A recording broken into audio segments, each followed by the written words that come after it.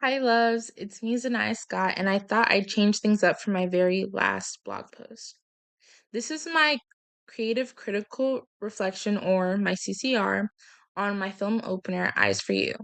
As you can see, I decided to do a presentation, so here we go. In this presentation, I will talk about my project and how my group and I challenged and followed conventions, my skill improvement, audience engagement, and integration of technologies. Beginning with talks of conventions. My film opener is a romantic thriller, so there are two parts to the conventions that my group and I could have followed or went against. For the romance aspect, we followed the conventions pretty closely. One, because it was simply easier, and two, because we wanted to establish the main character's relationship for the main part of the opener.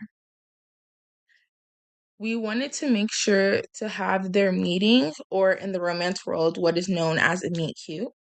A meet cute is the first time the protagonists encounter each other. It's usually memorable, awkward, or high friction.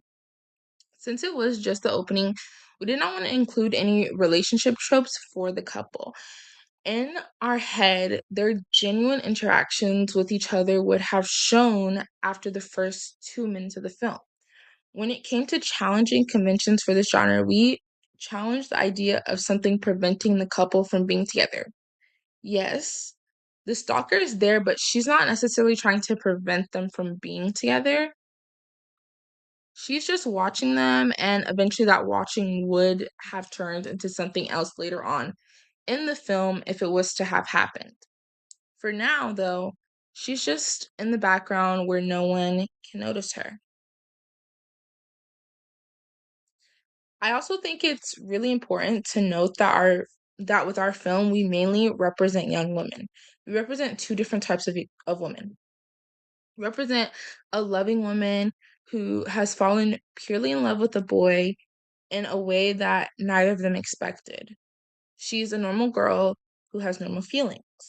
She's not someone larger than life, and she's not just someone that you look at through a glass.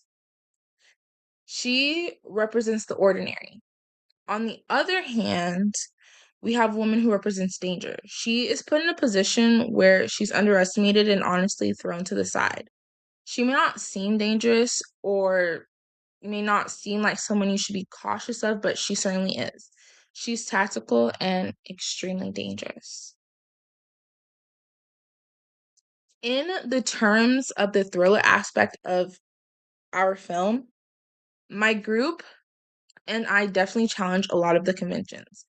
Since it was only the beginning of our film, my group and I wanted to focus on the romance aspects of the film. So there weren't many suspenseful parts of the opener unless you really looked for it. For instance, there was a part of the film where the stalker is essentially born. If you pay attention to the face that Hallie makes, she doesn't do it on purpose, but in the end, we decided to keep it in. I'll show you this later on. Um, if you look at her face, you'll see how she is disgusted and annoyed. This is foreshadowing for the anger that builds up in her character. So like I said before, we were going to cut it out, but we thought that it was perfect and it added just enough. Something that we really leaned into was the false sense of security. We wanted to have a warm and cozy feel at the beginning to express the lack of fear or caution the main characters have. They're so enveloped in each other that everything else doesn't matter, even if it costs them their safety. They're at a point where their bliss is not a concern, where they're just simply happy to be together.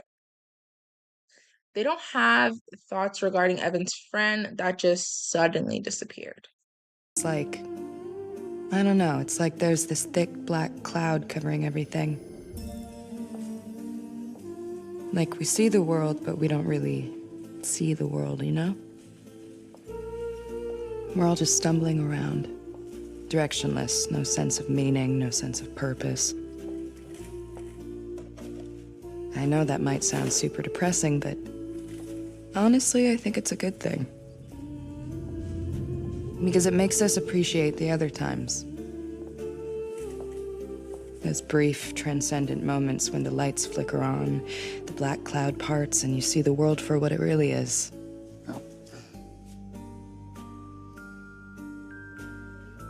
And suddenly there's meaning. Suddenly there's purpose.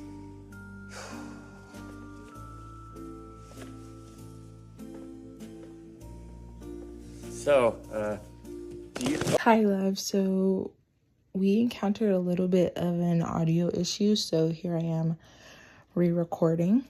So for you, where I left off, we just saw the companion movie clip. In the clip, you can see it is a voiceover. The main character is talking about life and how we truly view it. This helps you to see into the main character's head, as on screen it shows her meeting her partner. In the clip, I did not show this, but eventually she talks about how she will kill the guy she meets in the scene. Companion is not a romance thriller. It is a horror thriller. So things are slightly different than they would be in our film. In the next slide, I will show you a clip from my film opener. This clip was inspired by the clip I just showed you from Companion. Life. Life is forever changing, ending, and beginning. Life is one of the most unpredictable things.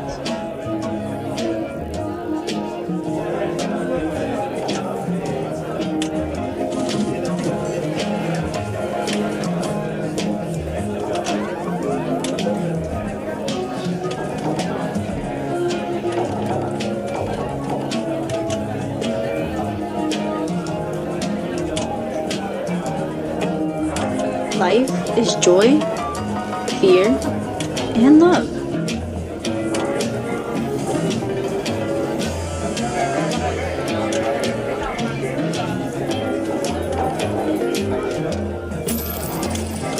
The day I met Evan, that was the day my life changed forever.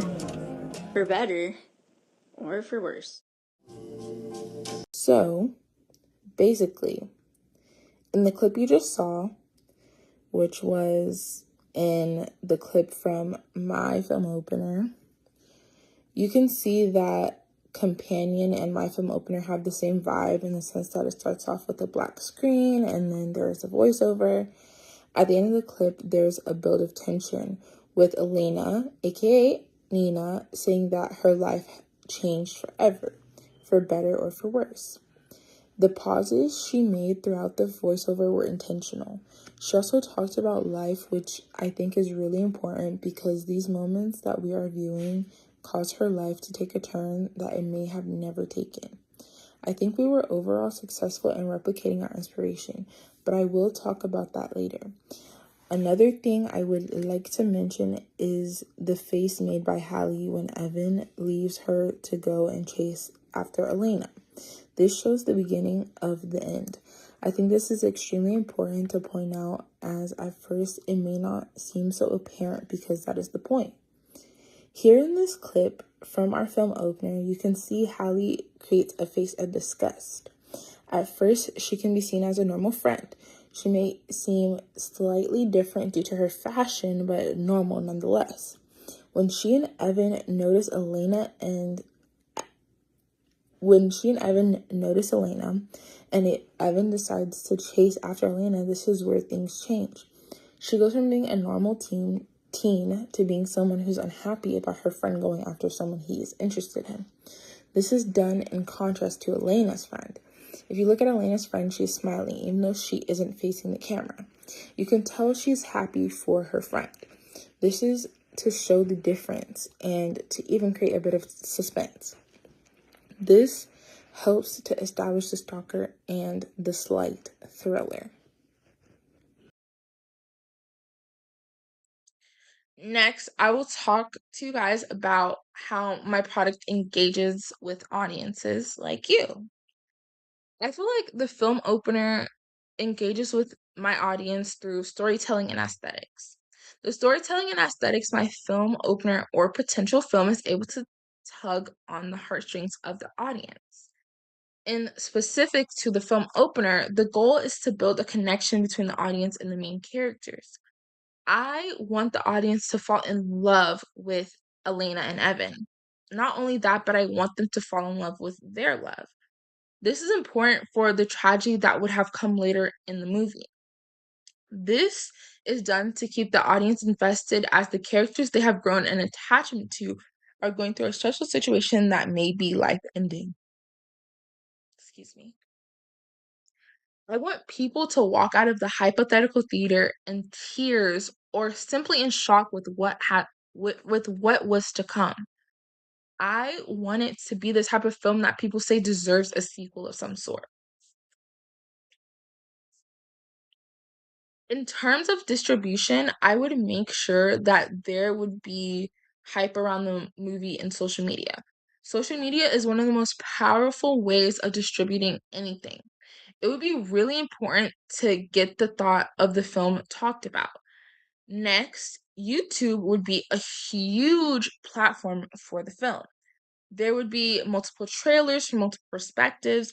Not only that, but I would try and ensure that the actors got as much publicity as possible.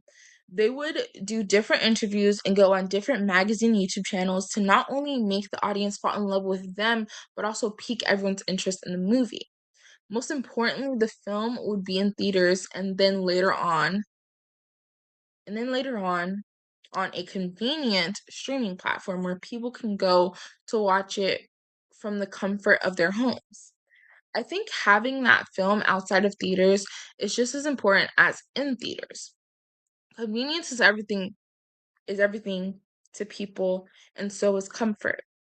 The film would have to be in theaters for a little bit, though would have to be in theaters for a little bit though. And if possible, it would be in theaters worldwide. I think it would even be smart to have it come back into theaters after years have passed as an anniversary type of thing, especially if the film is successful, as some people simply enjoy going to the movies. Now, onto skill development. I think over this process, my production skills have greatly improved. I think I've gotten exceedingly better at editing and filming. If you were to look back at my Sound Story blog post, you'd be able to see the grand difference from then to now.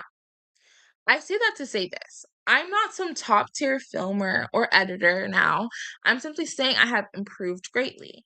Not only that, but I think my final film opener product was really good for an amateur who had never done anything with film before. Not seriously, anyway.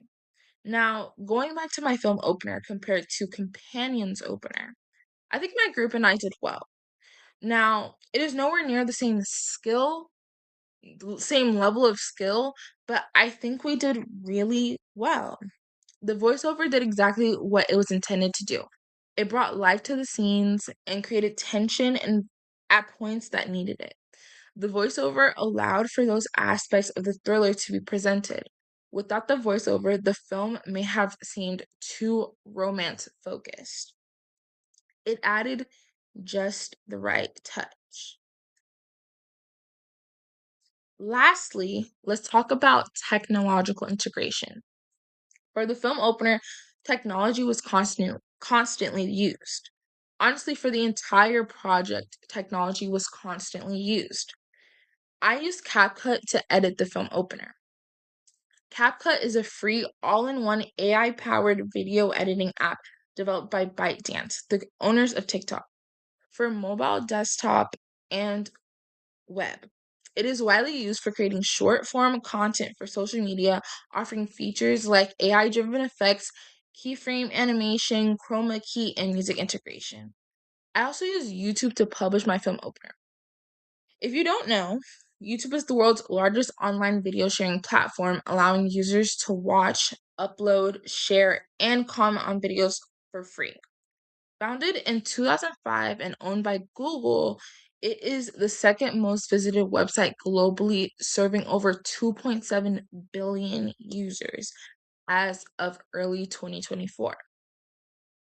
Its features It features diverse content, including entertainment, education, live streams, and YouTube Shorts. YouTube allowed for easy access all around, especially when uploading videos onto my blog. I also use things like Canva to create this slideshow or presentation and to also come up with ideas for my mood board and for fonts used in the film. Each of these apps and websites had in common the fact that they were all user friendly. Also, the obvious technological integration was the camera used to film the opener. It was my and Nina's phone used to record the film opener. When we used my phone, we put it in cinematic mode and up the quality settings. When we used Nina's phone, we kept all of her settings the same and used the regular video. We did this to create a more personable feel to show how Elena and Evan are people. They're not meant to be seen as the starlights that are untouchable. They are real and imperfect. Thank you for sharing, for being here with me on this journey. Zanaya and her broken lens checking out. Bye.